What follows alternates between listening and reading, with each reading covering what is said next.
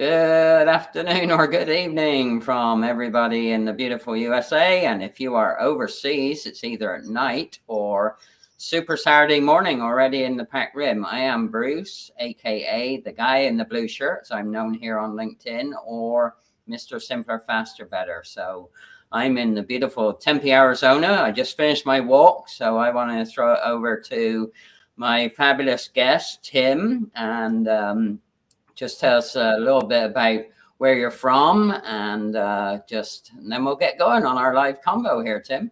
All right, sounds good. My name's Tim Jackson, and I'm from Virginia, near Charlottesville, Virginia.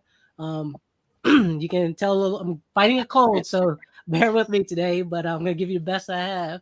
Right. Um, and I created, built for this, in a podcast called Ridiculously Blessed Podcast, which I'm sure we're going to discuss. Absolutely, we are, and we should give a big shout out to Anthony as well. Anthony Reed actually recommended I got a hold of you, and good on you, man. You jumped in and said, "Yeah, I'm game for it." So yeah, and if your voice does crackle out on you, just just take a swig of that tea. That's something Right. we actually have in common. Is it hot tea or cold tea? It's cool now. It was hot. Right. It's cooled off a little bit now. So do you have a specific brew? Because I have a couple of my own tea blends actually. So Oh wow! No, I use green tea usually, and I'll throw a little bit of honey in there to sweeten it up. And yeah, usually, I'll get that to kind of keep my throat together here.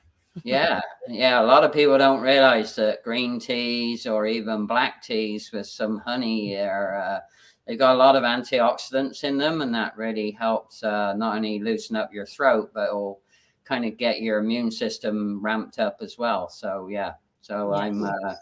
being originally born in Britain, I'm a big tea connoisseur. And as I said, I have both a winter and a summer blend of tea that gets blended for me in a company called the Cultured Cup in Dallas. So, Oh wow! yeah, all right. Well, we already got Anthony on. Thank you, Anthony. We gave you a shout out for the intro. And Diana, hey, Diana, good to Yeah. see you.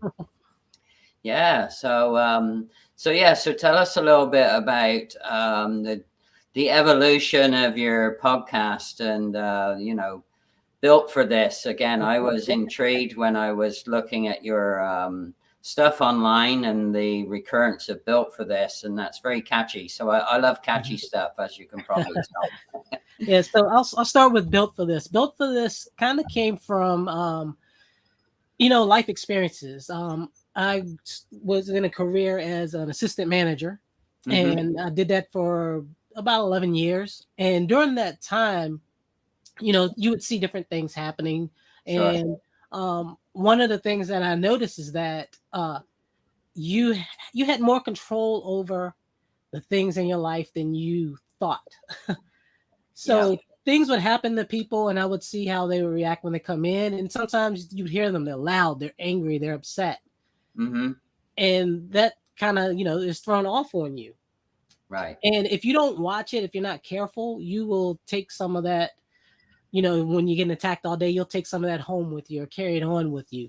Well, I got to a point in time where I started to think that, maybe those things are happening to me to prepare me for something. Mm-hmm. And me being with a Christian background, I said, I know that nothing is going to happen to me that I wasn't created to be able to handle. And at the times that I can't handle, then I know that there's a higher power who's there to help me handle it. Mm-hmm. So in essence, I was built for the life that I'm living. I was built to handle whatever blessings come my way, whatever struggles come my way. We were all created to handle those things. That nothing happens by just chance. Mm-hmm. Um, it happens for a reason and a purpose. We just have to define what that reason is. And built for this, I took steps that other successful people had taken and made over the years to be successful, and I started to put it into my day-to-day life. Meaning, I saw where they said the top 1% wake up at 4:30 in the morning. So I was like, okay, let me wake up at 4:30 in the morning. Actually, I was waking up at 3:30 in the morning to start everything, But then I Hmm. was tired by 4 in the evening, so I was like, "Well, this may not work either." Maybe Right. I wasn't right on this, but what as I started to research it more and read more, I realized that each person is a little different. We were Hmm. all created differently. Yeah. Um, so that we need to take the things that are out there, the knowledge that we get, and kind of shape it and mold it into the lives that we have. So if I wanted to be successful, there are some things that I have to take from the people Mhm. who were successful. Right. And I totally agree with you. At one time, I always used to think that coincidences were real, but the more I've researched and I guess being more aware of my surroundings, I realize that, there's nothing really coincidental. It just is going to be happening. And, taking your phrase of built for this, I am not a morning person, but I'm a built for this for the more late afternoon, evening. So yeah, Yeah. you're right. You've got to be aware of where your power spot is and where you Mhm. can give the best service. So I tend to be up late, but I sleep in the mornings. And yeah, being built for this is that there are certain conditions that don't work too good for me. So instead of fighting them, I figured out how to get in flow with them, and it's amazing what a difference it can make. So Yes, I agree. And that's one of the things that I looked at was it wasn't so much the waking up at a certain time it and going to bed at certain times that made me successful. It right, was knowing how many hours in the day I had to work with. yeah, So when I was scheduling my planner for the day, if I knew that I'm waking up this day at 6 o'clock and I'm hmm, planning to go to bed at 9 o'clock, well, I know how many hours in between I have to be able to use for different things. right, And with the program, what we just decided to do, and the good thing about Anthony is he actually went through the program with me the hmm, first time as one of my outsiders coming in to do it, and kind of right, showed me some different things. Was you learn that one, you have more time than you believe you have. hmm, You have a lot of time stealers throughout your day, hmm, and going through this program helps kind of see where the time stealers are. yeah, And this absolutely, and the second thing was I had way more time than I ever imagined. hmm, I used to say I didn't have enough time to get everything done. Well, the truth was I would have if my focus was correct. right, So it was again, it was self-controlled hmm, instead of environmentally controlled. right. Well, good on Anthony for being your beta tester. So good on him. And oh, hi, Wendy. Wendy from over there near you is actually chiming in. Good to have you on. And yeah, I used to call those the time bandits, the bandits that you weren't expecting to pop up. And yeah, the focus thing is super, super challenging in today's world, particularly with more opportunities in availability of technology and relatively low cost of using technology. I mean, look at the power of this. I mean, I'm talking to you, in two time zones away from me and thousands of miles away, and yet it's pretty simple, right? I mean, Right. so the joy of that is the simplicity. The complexity of that is that everybody else has access to you like they've never had before. And so yeah, defending the time defenders, or being super focused. And it's funny, if it can I tell a story about that? Mhm. I have a I actually have a connection on three time zones away, and they're saying, well, Bruce, I want you to work on this, and it will only take 30 minutes a day. Well, okay, well, only take 30 minutes a day, but when you do the math, I do 6 or 7 days. That's 3.5 hours a week. Well, Right. that 3.5 hours, taking that away from the two absolute critical thinking objectives that not only have I set myself up for, but also paid for the help to do through into early April. Shame on me if I did that, right? And I was trying to be super polite and explaining to this young lady, that, hey, it may not seem much to you, but that 3.5 hours a week, that will stop me from maximizing not only the money I've invested in the coaching help, but also I won't get to the place where I need to get to. And Right. And that's what became more important to me was my time, yeah. more than anything, because it's when I first started going through this process, I didn't even have kids, and since then I've had kids, and now I've got one getting ready to go to college. Oh, But wow. the time that the time with them is what I was missing out on, because when I was in the corporate world, I was fairly successful. I was moving up. I was progressing the way that I was supposed to have been, and I got close to the point where I wanted to be, and I realized, oh my gosh, I don't want this. Right. I want my time back. Mhm. So having this to fall back on to help me transition out of working in a corporate job where I have a team that's working for me to now I'm redoing this into my life. It helped me so much with freeing up time, because now I can schedule, if I Right. want to, I can schedule time away with my kids to watch a movie, or Right. just anything. We've been able to plan so much more, being organized and being able to sit down and look at what I've got going on. Yeah. One of the things I didn't explain was, so my planner is called a rhythm sheet. Hmm. And what I did was I took the daily routines that I have, Uh-huh. and I have, like, weekly schedule. Well, I do those over and over and over and over until it becomes a rhythm. And Right. I equate it to basketball. Like, when I Sure. played basketball, one of the things I did was work on free throws so many times where I no longer had to think about it.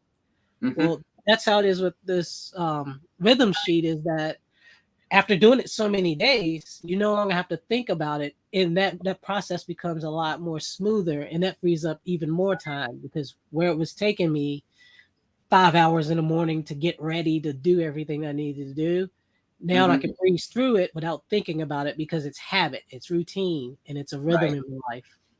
Right. Well, it's interesting. You bring up some very interesting concepts, and I'm a process improvement guy. Have been for a long time, and what I focus on is I try and help people to look at wasteful activities in a different way. And what I say to them right off the bat is that focus on the time, because Mhm. time is the only non-recyclable out there. Once it's gone, it's gone. You can recycle materials, you can recycle money, you can recycle activities very often, but time you can't. So focus on the time first. And it's funny because I usually get to, when people don't believe me, which is sometimes the case, I'll say, okay, well, let's figure out how to save a minute a day first.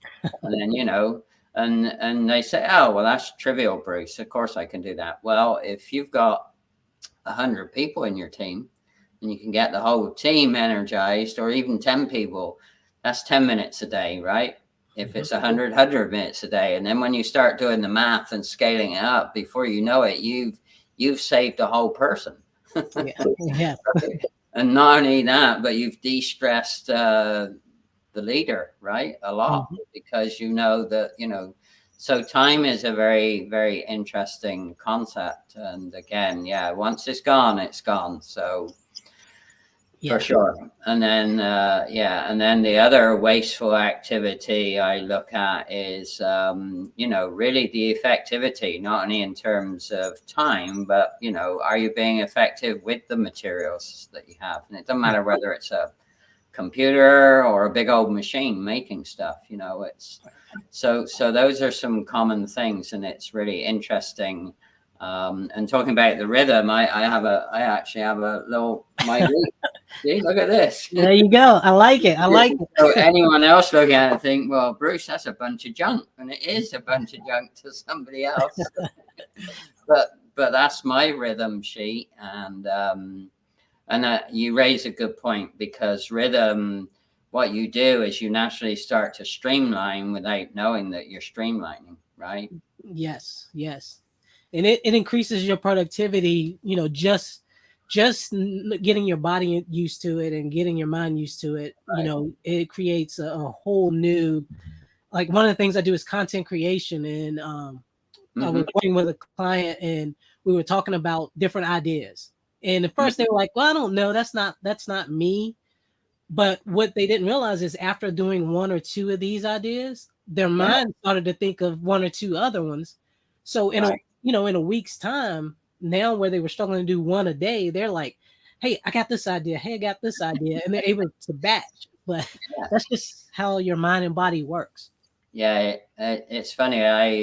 For people watching, I may not have shared this recently, but I never go scripted. So Tim can vouch for that. We just picked a time and picked a theme. So, and the reason for not doing anything too scripted is I find a lot of common ground. So it's really interesting that your common ground and your discoveries is real similar to mine. And what I get people doing when they're stuck is I get them to do what ifs, well, what if this, what if that? And that is the first step to what I call no box thinking. Everyone talks about, well, you got to be creative and think out of the box. Well, the box itself determines some regularity or some shape. So I get people to think, well, what if there was no box?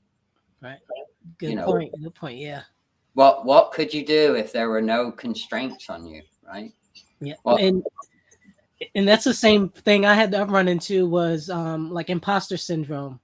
Oh, yeah. I'll get momentum going on something, and then I'll think to myself, wait a minute, who am I to do this? So yes, you're right. You have to start thinking, there's no box. I always say no net, jump out, no net. The only way you're going to discover something new is by trying it. And it's okay to not succeed. One of the things we talk about in Ridiculously Blessed podcast is there's no such thing. I don't call them success and failure. I call them lessons and blessings, because even if I fail, it's a lesson there. I just have to learn it and learn what the lesson is and take it with me as I go forward. Right. Yeah. It's jumping or falling, right? It's not bad or good. It's jumping or falling. Hey, and talking of imposter syndrome, I need to give a shout out to Dr. Azia Ghazi, who's been a connection of mine for a while. And she's actually just living her dream job in one of the university structures in California. So big shout out to her. And I see that she's been posting regularly. So if people don't know Dr. Azia, go check out her stuff. She's an amazing person. And then I just, while we pause a little, hopping out. Okay, so Wendy's saying, loving the shirt. Which shirt, Wendy? Tim or mine? Tim's got a pretty cool shirt on too. Dwelling's in the house. Do you know our friend Dwelling? I do. Yeah. Hey, and talking of common ground, I did an event. Dwelling helped out. He did a fabulous job for us at an in-person networking event. And at the end of the event, he had some fun. He stuck everyone's name badge over his shirt, and he's got a blue shirt like I do. And in that conversation, I didn't realize we both live in the same city. So how about that, huh? It's such a big, small world sometimes, Yeah. So, and then we tease each other because we're now into this whole blue thing, and they'll say, hey, this is my, true blue brother or true blue. So we're always teasing each other with that. Anyway, both. So Wendy Boyles is saying both shirts. Thank you, Wendy. Oh, well, thank you. Yeah. Yeah. So again, that's the joy of not scripting things. For people that are not sure about little divergence here, but for people that aren't sure about being on camera or ever doing live streams, or if you're ever asked to do a live stream and think, oh, I can't do that, my advice, just do it. Just relax. Just do it. Just be yourself, because you will be amazed at the common ground that comes about when you just do an unscripted chat. It's amazing. Yeah, I used to be terrified to do like this right here would have given me a heart attack. But back in August, I went to a content creation kind of workshop, And the first thing they made us do was go live. And I was like, wait a minute. But it helped because it broke me out of that fear, which eventually led to doing a podcast, which I never would have thought. So you're right. Again, no net. Just No do net. Yeah, no box, no safety net. Hey, we got Alexandra or Alex Rosa, Super RN, Miss Spice is in the house. So she's actually going to be my guest next Tuesday, even though she is a massive, active live stream host herself. So thank you, Alex. Hey, did the tea come yet, Alex? Because she's been snowed in up there. So we opened the show by talking about tea. Tim and I were talking about tea, and I sent Alex a couple of my teas to try out. So we'll see how she likes them when she gets them. All right, I missed where. Oh, where do you live? Oh, me? I live in Afton, Virginia. All right. Okay. Yeah. So Wendy, why don't you pop in the comments where you're living, and hey, maybe you guys are close enough where you can meet up with each other in person, because that's where the real magic happens. I mean, this is pretty cool, but the real magic happens when you can get in the same space with somebody and feel their energy, and just really chew the fat.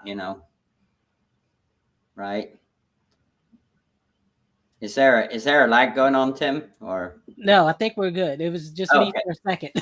Yeah, it just kind of it's like you went into this suspended animation. Yeah, it just froze for a second. Then there it is. All right, Anthony. Yes, heard about the good things. He is really cool. Okay, so she lives in Falls Church. Yeah, she's north. You know where that is? I do know where that is. Yeah, she's closer towards, I think, like Fredericksburg area. Oh, and Alex just said no tea yet. Well, darn, Alex, you need to go shake up that mailman, or maybe ask him if he needs some skis to bring it over or something. All right. Well, yeah, you guys should try and hook up, because Wendy actually just jumped out of her net and she's become a solopreneur. Okay. She gave up her corporate job or her corporate type work at a restaurant, and back in the fall, I did the same. So there's been a lot of net jumping here between us all.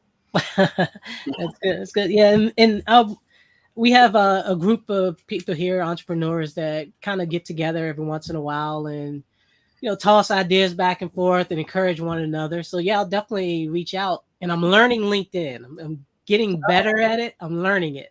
So sure. I will definitely reach out to people and make sure that we connect. Well, Alex is saying, yeah, some of her best things have happened, totally unscripted. And I totally agree, Alex. It just, I'm a behavioral introvert, which a lot of people don't realize. And on all the tests I take, people say to me, well, you're a behavioral introvert. How the heck do you do? And it's jumping out of the net. It's getting out of, and thinking about, if there's no box, what can I do? I mean, it's exhausting for me being a behavioral introvert, doing extroverted stuff, but I just push myself to get it done. So. Now, have you ever taken the DISC assessment? I have, yes. Yeah. I've done a lot of them. Okay, that's how I've learned some of my behaviors from that. And I was like, wow, that's one thing that I said, that's the next step. I want to learn more about that to be able to also use that in training. Oh, okay. Well, not only DISC, but I have a fantastic connection. Her name is Brandy Schrady. She's a strengthologist. Okay. She uses the top 5 strengths, or from the Gallup poll stuff. So yeah, she's an amazing facilitator and all of that. So if you want that introduction, I'm more than happy to introduce you to Brandy. And actually, I'm going to see her, and we're going to an Indy race. So she's a common connection. Wow. And she lives right near Texas Motor Speedway. So I'll be going in the Indy shirt, and just doing some networking and having some fun at the same time. And that's what I love. You never know who you can meet through LinkedIn and how you can develop those relationships beyond being on screen or just on messaging or whatever, right? You just never know. All right. And one other thing, since we're doing this unscripted, I actually like this because I can ask questions too. Oh yeah, go All for it. right. Yeah, So go for it. we're in a similar zone, and I'm pretty much getting started. What would be your piece of advice to me as a young consultant slash coach, as far as teaching habits and Okay. So this is still a development area for me. I would say to really hone in on your listening skills, Mhm. and not only literally with your ears, but body language listening skills. Which is why, I'm actually better being the behavioral introvert. I'm actually better in person because I kind of pick up on people's energy. And the other thing is if your intuition is off with somebody, no matter how much you might want improvement for them, or no matter how much you might want them to work with you, if it doesn't feel right, I would just not push it. Okay. And I've I've wanted improvement more for somebody else than they wanted it for themselves, and it never really went as well as it could have done. So, and you want to help everybody, right? Well, Right. you can't help everybody. Yeah. they, they've got to want to help themselves first, and then they've got to be willing to be guided by you based on what you've learned along the way. So, and usually you can pick up on that with your intuition, depending on how sensitized you are to your intuition. But because every time I've not followed my intuition, it's not gone the way that I would have liked it to, and definitely for the persons I'm working for. So that would be my best advice to you is and the other, so the dichotomy with that is it takes longer, right? Mhm. So even though we want success ideally faster, simpler, faster, better is my method, sometimes you got to slow down to go faster. So and again, that's a dichotomy. People don't realize that slowing down to really understand where you're at so that you can help somebody get to where they want to be, it takes a little bit more time than an instant process. So, Right. Right. And I see there's a question, Alexandria. Hello, first. Hello. yeah, She said, "What's one of my business goals and personal goals that I'm working on?" Ooh, that's a good one. yeah, it is. Oh, and by the way, you might be a great guest for Alexandria if she Yeah, says I'm definitely gonna connect with her. So one of my business goals long term is to be able to do what I do for high schools and oh, middle schools. cool. Um, and I'll tell you the reason why. So when I was in high school, I felt like I was a smart kid, but I was an uninterested kid. And I was the type that I wanted to be just below the radar. Like I didn't want to be disengaged enough to where I would get in trouble, but I didn't want to do everything right. And then now I'm getting extra stuff to do and have to keep that standard. So I would stay right about, where the radar line is. hmm And I would allow myself to be overlooked. And at the time, the school system, the way it was going, allowed me to be overlooked, Absolutely. which is not a good combination because when I went to graduate, now here I am, no plan at all. Like, what am Right. I going to do? I haven't prepared for college. I haven't prepared to, I'm not built to work a nine Mhm. to five. So maybe the military. And then I was like, no, I don't know that it was created for that. So I was kind of left to figure it out. Right. And my main goal would be to avoid having any other kid ever feel that way. Right. Um, so that's one of my long term goals. In the short term, wow. In the short term, I want to build a program that will create positive change in people's lives. hmm My problem has been taking what I have in my head and getting it created the proper way. Um, to then be able to give it to someone else. I don't want someone to feel like they're not getting value from me. Mm-hmm. And I don't want to give up so much of my time that I'm not getting value either, because I owe that time to my family. So that's been the delicate part of it. But I would say my personal goals outweigh my business goals right now. All right.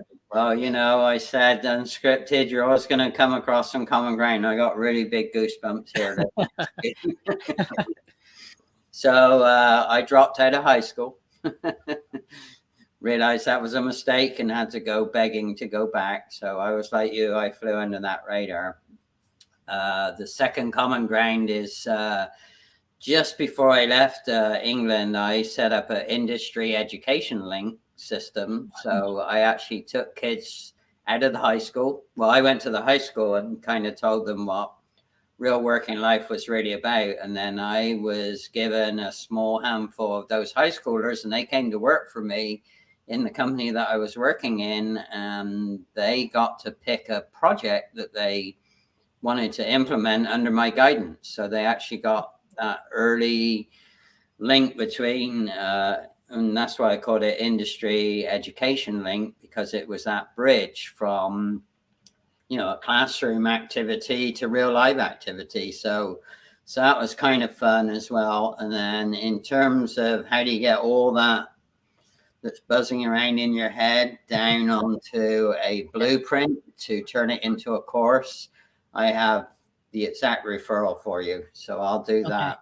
Right. I'll do it offline, because that's exactly what I'm doing in the next, I'm about halfway through myself. And, I had that same dilemma. How do you take 4 decades of know-how and boil it down into a value-added course approach that people can do at their own pace and do it online, and that's a huge challenge. People, and I'm not a writer. I'm not, I'm not built that way. I can talk, but I can't write as well as I can talk. So, yeah. And that was the biggest part for me. It was like, well, how do you get all that information and not have it sound like jumble coming out to everybody? Yeah. And it comes down to structure. And I'm, even though I'm a process guy, I thought I was pretty structured. But when you work with somebody that really knows how to structure all that thinking and get it down into a system and a process,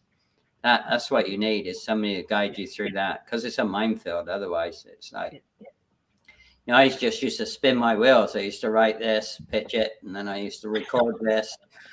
Wow. Again, it's like, oh, that's a bunch of junk. And no, that didn't really address. It didn't really address what, and I have my methodology in a textbook, and it still didn't help really. So because, turning that into digital content is way different than, being in person in a workshop with the book and guiding them that way. It's totally different. So, yep. So yes.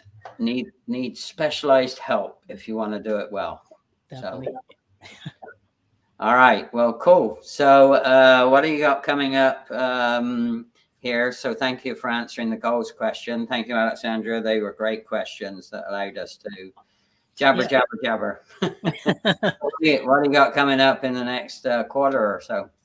So we're going to do what I call the second season of Ridiculously Blessed, the podcast. Okay. I've started it, and I kind of like bet myself that I wouldn't be able to do 7 episodes. I did those 7 episodes, and I celebrated. And then the thing that happened that I didn't think would happen was people actually enjoyed watching them. So I was like, okay, now let's see if I can grow this, because I enjoyed doing them, which I didn't think would happen. People enjoyed watching them, which I didn't think would happen. And now I'm at the second season, to where now let's continue, and what can we do to make it better? And it's been a game changer for me, because I never would have believed that it was something that I could enjoy because of my nervousness on the screen. But it's great. I enjoy talking to people, as you can tell. And I actually learn a lot. I learn a lot from the guests that I have on. You bet. Each time. Yeah. So, So because people say to me, Bruce, why do you invest all the time in lives? And it's like, well, selfishly, it's like going to global university because I learned so much. It's like going to a high level university program twice a week because I do 2 a week, and yeah, and I would just encourage you, don't think that you don't have value. I've done some lives where I thought nobody watched because there were no comments, and several weeks later people came back and said, hey, I saw you interviewing daddy daddy da, and I heard you talk about this. And it's like, who would have known, because the downside of the way that LinkedIn does its live streaming is, you can't tell who's watching unless they comment in the feed. So, so that is always an interesting, I wonder who is watching, because you never really know. right.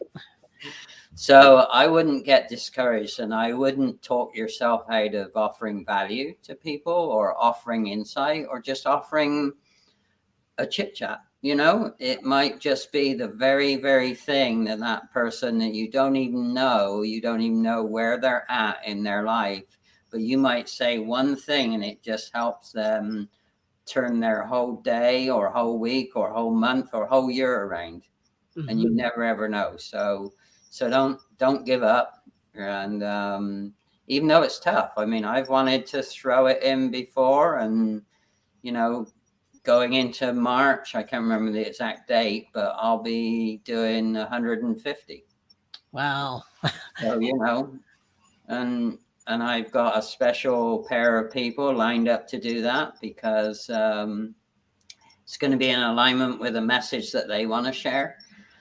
And I want to make it special, so so I'm actually having 2 people that are really good buddies with each other be my 150th. So you never know.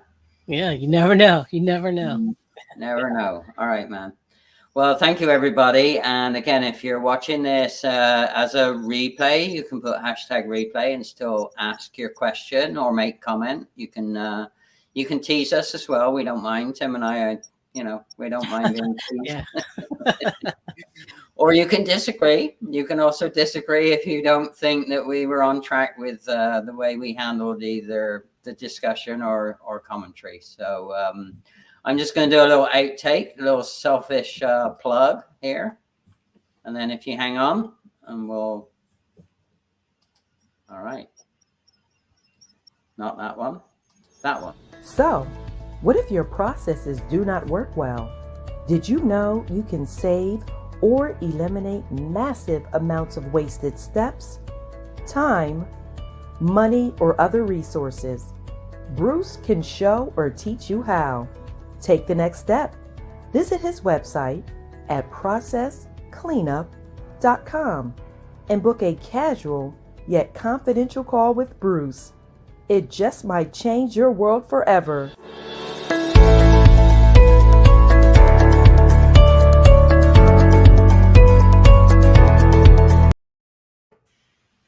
Nice little happy tune to end our conversation.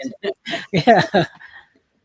So great. Anyway, so Trina was actually, she's a LinkedIn connection that I met through somebody else, and she did the voiceover. So very, very nice. So if you want a voiceover, Trina Poole is your lady, and you can tell her the guy in the blue shirt.